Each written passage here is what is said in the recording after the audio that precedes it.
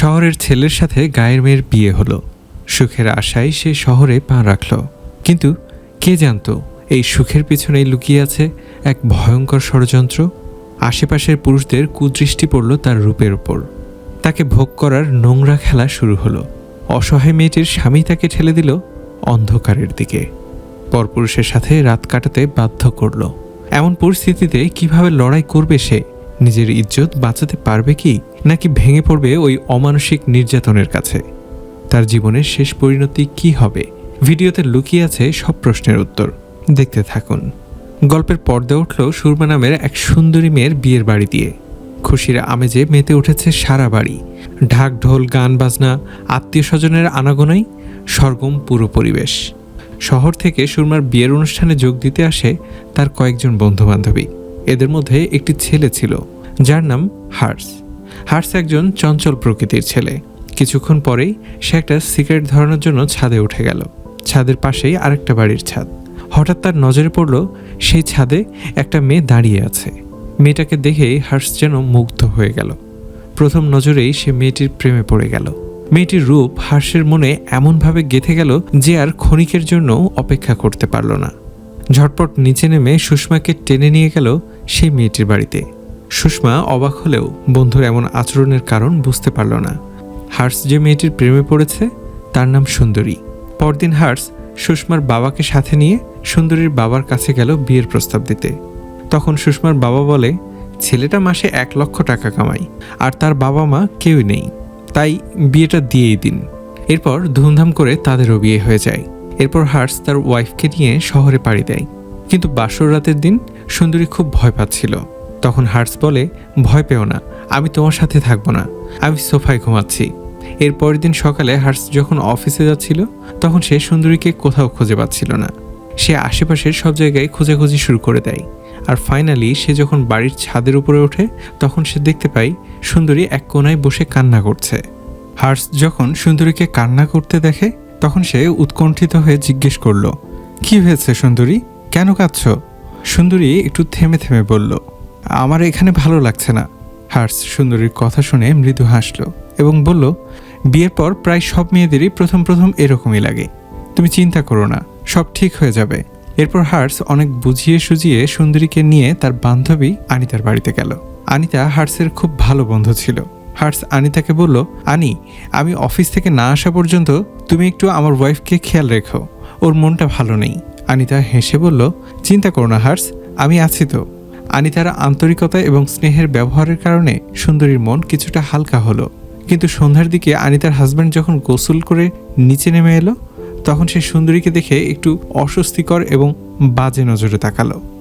সুন্দরী ওই নজর লক্ষ্য করে অস্বস্তিতে পড়ে গেল। এমনিতেও লোকটা খালি গায়ে ছিল, তাই বেচারা সুন্দরী খুব ঘাবড়ে যায়। এরপর আনিতা আর সুন্দরীদের মধ্যে তাদের বাসর রাত নিয়ে কথা শুরু হয়। তখন আনিতা বলছিল, আমার মনে হয় তোমাদের এখনও দুজনের ফার্স্ট নাইট এনজয় হয়নি, তাই তুমি এখনও এত ভয় পাচ্ছ। এরপর আনিতা তাকে এই ব্যাপারে বোঝায়। এটা শুনে সুন্দরীর রাতে খুব খুশি ছিল আর হার্স সুন্দরীকে দেখে বাসরাতের কথা ভাবতে থাকে। এরপর যখন তারা দুজনের মধ্যে এই বিষয়টি নিয়ে কথা হচ্ছিল তখনই দরজায় বেল বাজতে শুরু করে। হার্স যখন দরজা খোলে তখন এখানে তার বন্ধু রাজু ছিল। সে হার্সের কাছে গিয়ে গেমের সিডি নিতে এসেছিল।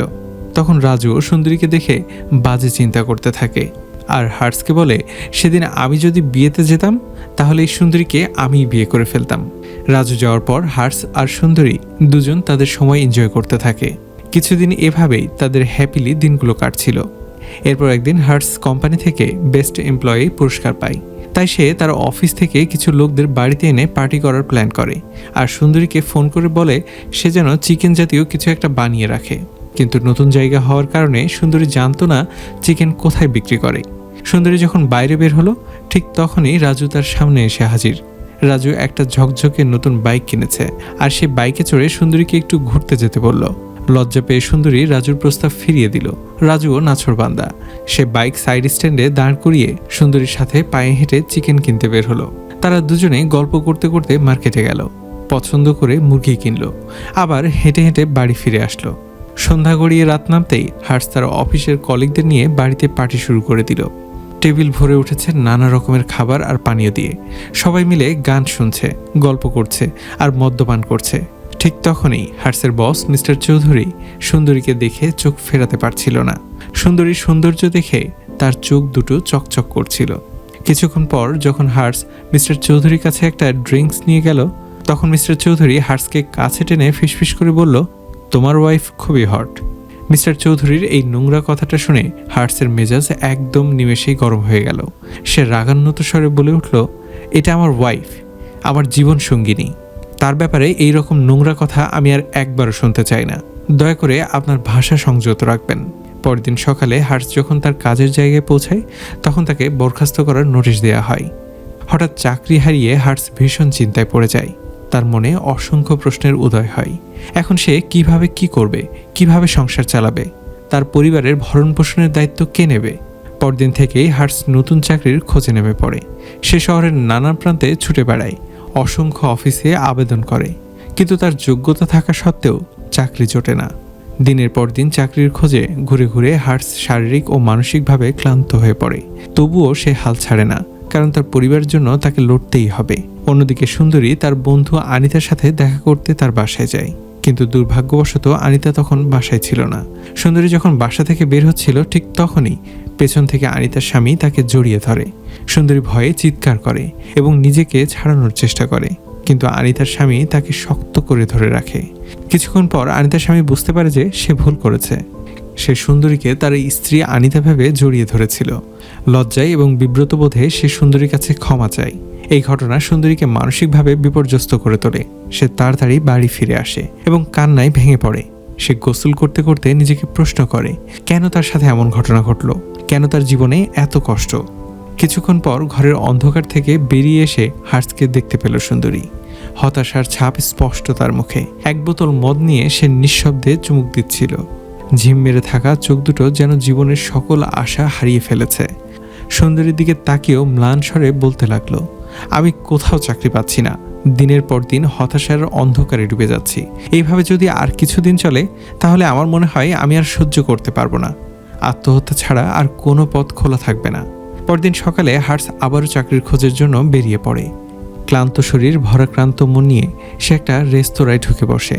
সেখানে একজন পণ্ডিত একটা ছেলের বিয়ের ব্যাপারে তার বাবার সাথে কথা বলছিলেন। ছেলের বাবা উত্তেজিত স্বরে পণ্ডিতকে বলছিলেন, আমার ছেলের কুণ্ডলিটা যদি মেয়ের কুণ্ডলির সাথে না মেলে, তাহলে আমি এই বিয়েতে রাজি নই। আমার ছেলে মাসে 2 লাখ টাকা আয় করে, কিন্তু কুণ্ডলি যদি না মিলে, তাহলে তো আমার ছেলে সর্বশান্ত হয়ে পথে বসবে। হার্স মনোযোগ সহকারে তাদের কথোপকথনগুলো শুনছিল। ছেলের বাবার কথাগুলো তার মনে গভীরভাবে আঘাত করে। সে ভাবতে থাকে, মানুষের জীবন কি কেবলই কুণ্ডলির উপর নির্ভর করে? ভালোবাসা, পরিশ্রম, সততার কি কোনো মূল্য নেই? এইসব চিন্তাভাবনা মাথায় নিয়ে হার্স বাড়িতে ফিরে আসে। দরজা খুলে ঢোকার সাথে সাথে সুন্দরীর ওপর ঝাঁপিয়ে পড়ে। রাগে, হতাশায় চোখ লাল হয়ে যায়। সুন্দরীকে একটা জোরে থাপ্পড় মেরে মাটিতে ফেলে দেয়। এরপর চিৎকার করে বলতে থাকে, তোর রূপ দেখে আমি পাগল হয়ে গিয়েছিলাম। কোনো পণ্ডিত ছাড়াই কুণ্ডলী না মিলিয়েই তোকে বিয়ে করে ফেলেছিলাম। আর তোকে বিয়ে করার পর থেকে আমি রাস্তার ফকির হয়ে গেছি। আমার জীবনটা ধ্বংস হয়ে গেছে। সুন্দরী ভয়ে কাঁদতে কাঁদতে মাটিতে লুটিয়ে পড়ে। সবকিছু শুনে বেচারা সুন্দরী কান্না করতে থাকে। আর বিকেলে তার বাবার কাছে ফোন করে বলতে থাকে তার হাজব্যান্ডের চাকরি চলে গেছে, এটা নাকি তার কুণ্ডলীর দোষ। সুন্দরীর বাবা বলে, চিন্তা করো না, তুমি ভালো একটা পণ্ডিতকে দিয়ে কুণ্ডলী দেখাও। সে যেভাবে বলবে সেভাবে করো, দেখবা সব কিছু ঠিক হয়ে গেছে। তাই সুন্দরী পাশের একটা পণ্ডিতের এখানে তার কুণ্ডলী দেখাতে চায়। তার সাথে যা যা হচ্ছে সব কিছু খুলে বলে। তখন পণ্ডিত বলে, তোমার দোষ কাটাতে অনেক বড় বিসর্জন দিতে হবে। পণ্ডিত বলে, তোমার মঙ্গলের দোষ আছে। তুমি যদি এর থেকে বাঁচতে চাও, তাহলে তোমার স্বামী ছাড়া অন্য পুরুষের সাথেও তোমাকে সম্পর্ক স্থাপন করতে হবে। এই কথা শুনে সুন্দরী তো পায়ের নিচ থেকে মাটি সরে যায়। সেটা কিভাবে করবে? বাড়িতে আসার পর থেকে সে দেখতে পায় তার স্বামী সোফা বিক্রি করছে। সুন্দরী যখন জিজ্ঞেস করে এগুলো কেন বিক্রি করছে, হার্স বলে, আমার কাছে কাজ নেই, আর তুমিও কোনো কাজ করো না। এইসব শুনে বেচারি আবারও তার বাবাকে ফোন করে এবং কিছু টাকা চায়, কিন্তু তার বাবার কাছেও টাকা ছিল না। তাই সে ঘরে বসে আবারও সেই পণ্ডিতের কথাগুলোই ভাবতে থাকে আর নিজের কিছু জমানো টাকা নিয়ে একটা দোকান থেকে চকচকে একটা ড্রেস কিনে আনে। এটা পরে সুন্দরী বাইরে বের হয়ে পড়ে। তখন আশেপাশের লোকদের বাজে নজর দেখে সুন্দরী লজ্জায় দৌড়াতে দৌড়াতে বাড়িতে এসে পড়ে, কারণ সে আগে কখনোই এ ধরনের ড্রেস পরেনি। সে কান্না করতে করতে ড্রেসটাকে টেনে ছিঁড়ে ফেলে। পরদিন হার্স আবারও তার বসকে নিয়ে বাড়িতে আসে আর বলতে থাকে, স্যার আমি আপনাকে সেদিন যা বলেছি রাগের মাথায় বলেছি, প্লিজ আমার চাকরিটা আমাকে দিয়ে দিন। বস বলে, আমি তো তোমাকে তোমার চাকরিটা দিতেই চাই, কিন্তু সব কিছু তো আর আমার হাতে নেই। তখনই বস হাত ধোয়ার কথা জিজ্ঞেস করে। হার্স বলে, কিচেন থেকে ধুয়ে আসুন। তখন সুন্দরী কিচেনে রান্না করছিল। হঠাৎ করে ওই বস সুন্দরীকে জড়িয়ে ধরে। সুন্দরী চেঁচিয়ে হার্সকে ডাকতে শুরু করে, আর ঠিক তখনই সুন্দরী বুঝতে পারে এটা তার কল্পনা ছিল। কিন্তু কিছুক্ষণ পরেই ঠিক একই ঘটনা ঘটে, মানে বস হাত ধুতে কিচেনে আসে। তাই সুন্দরী হার্সকে ডেকেও আনে। পরদিন সকালে সুন্দরী বাজারে যাওয়ার সময় আবারও রাজু আসে, কিন্তু এইবার সুন্দরী রাজুর বাইকে উঠে পড়ে, কারণ সে তার দোষ রাজুকে দিয়েই কাটাতে চাচ্ছিল। বাড়িতে আসার পর সুন্দরী রাজুকে বলছিল, আপনাকে যদি আমার প্রয়োজন হয় তাহলে কোথায় পাবো? এটা শুনে রাজু দৌড়ে একটা মোবাইল কিনে নিয়ে এসে সুন্দরীকে দিয়ে দেয়, যাতে করে রাতে সুন্দরী মোবাইল দিয়ে রাজুকে তার কিছু প্রাইভেট ছবি পাঠায়। পরদিন সকালে রাজু সুন্দরীর বাড়িতে এসে সুন্দরীকে জড়িয়ে ধরে, আর এতে সুন্দরী ঘুরেই তাকে একটা থাপ্পড় মেরে দেয় আর বলে, এখানে এসব কিছু করা যাবে না, অন্য কোথাও। তখন রাজু সুন্দরীকে বলে, আমি নিচে অপেক্ষা করছি, তুমি জলদি এসো। তখন সুন্দরীও তৈরি হয়ে রাজুর সাথে বেরিয়ে পড়ে। রাজু সুন্দরীকে নিয়ে একটি হোটেলে আসে। সুন্দরী খুবই ঘাবড়েছিল, তাই এখানে রাজু বলছিল, চলো একটা ভিডিও দেখি। রাজু যখন ভিডিওটা অন করে তখন সুন্দরী দেখতে পায় ওই ভিডিওটিতে সেই পণ্ডিত অন্য এক মেয়ের সাথে ফিজিক্যালে আছে। এটা দেখে সুন্দরীর মাথা নষ্ট হয়ে যায়। রাজুকে জিজ্ঞেস করে, এই লোকটাকে আপনি কি করে চেনেন? রাজু বলে, আমি চিনি না।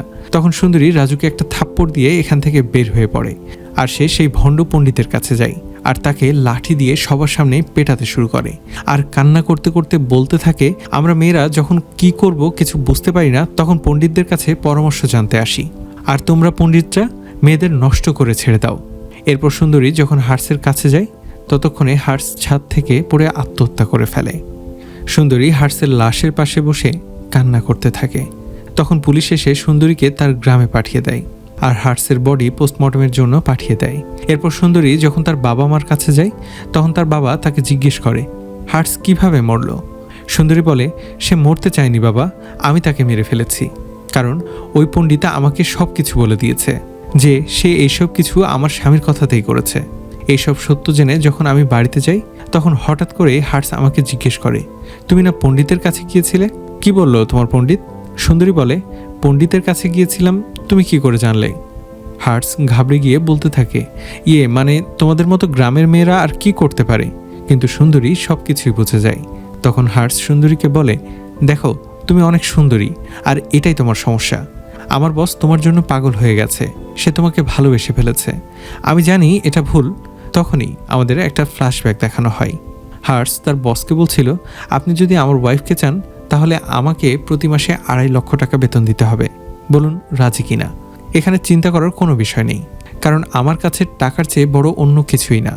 এরপর সিন আবার প্রেজেন্টে আসে, আর হার্স বলছিল, সেদিন আমি বসকে অনেক বুঝিয়ে বাড়িতে এনেছিলাম, কিন্তু বস কিচেনে যাওয়া মাত্রই তুমি আমাকে ডাকতে শুরু করেছ। আমি সেখানে দাঁড়িয়েছিলাম আর সবই শুনছিলাম। তুমি পণ্ডিতের কাছে যাবে তাই আমি পণ্ডিতকে মিথ্যা বলার জন্য টাকা দিয়েছিলাম। শুধু এটাই না, আমার চাকরি চলে গেছে এই মিথ্যা কথাটাও আমি তোমাকে বলেছিলাম। আমার সব প্ল্যান তুমি নষ্ট করে দিয়েছ। তাই এখন যেটা বলছি সেটা শোনো। আমার বস বিকেলে আসবে, সে যেটা চাইবে তুমি তাকে তা দিবে, আর আমি যেটা চাই সেটা উনি আমাকে দেবেন। যদি তুমি মানা করো তাহলে আমি তোমাকে মেরে ফেলবো। এইটুকু বলে হার্স ছাদে চলে যায়। এইসব শুনে বেচারা সুন্দরী কান্না করছিল। এরপর সে অনেক চিন্তা করে ছাদে গিয়ে হার্সকে ধাক্কা দিয়ে নিচে ফেলে দেয়। এখন সুন্দরীর বাবা জিজ্ঞেস করে, এটা তুই কি করলি? পুলিশ একদিন না একদিন ঠিক আসল অপরাধীকে খুঁজে বের করবেই। তখন সুন্দরী বলে, সব স্বামীরই দায়িত্ব তার স্ত্রীর সম্মান রক্ষা করা, কিন্তু যেই স্বামী নিজের স্ত্রীর সম্মান অন্যের কাছে বিলিয়ে দিতে চায় তাহলে এই স্বামীকে শাস্তি দেয়া সব নারীর কর্তব্য। সুন্দরীর বাবা বলে, এখন কিসের ভরসায় বাঁচবি তুই? সুন্দরী তখন বলে, আমার পেটের সন্তানের আশায়। আর এরই মধ্যে এই কাহিনী এখানেই শেষ হয়ে যায়।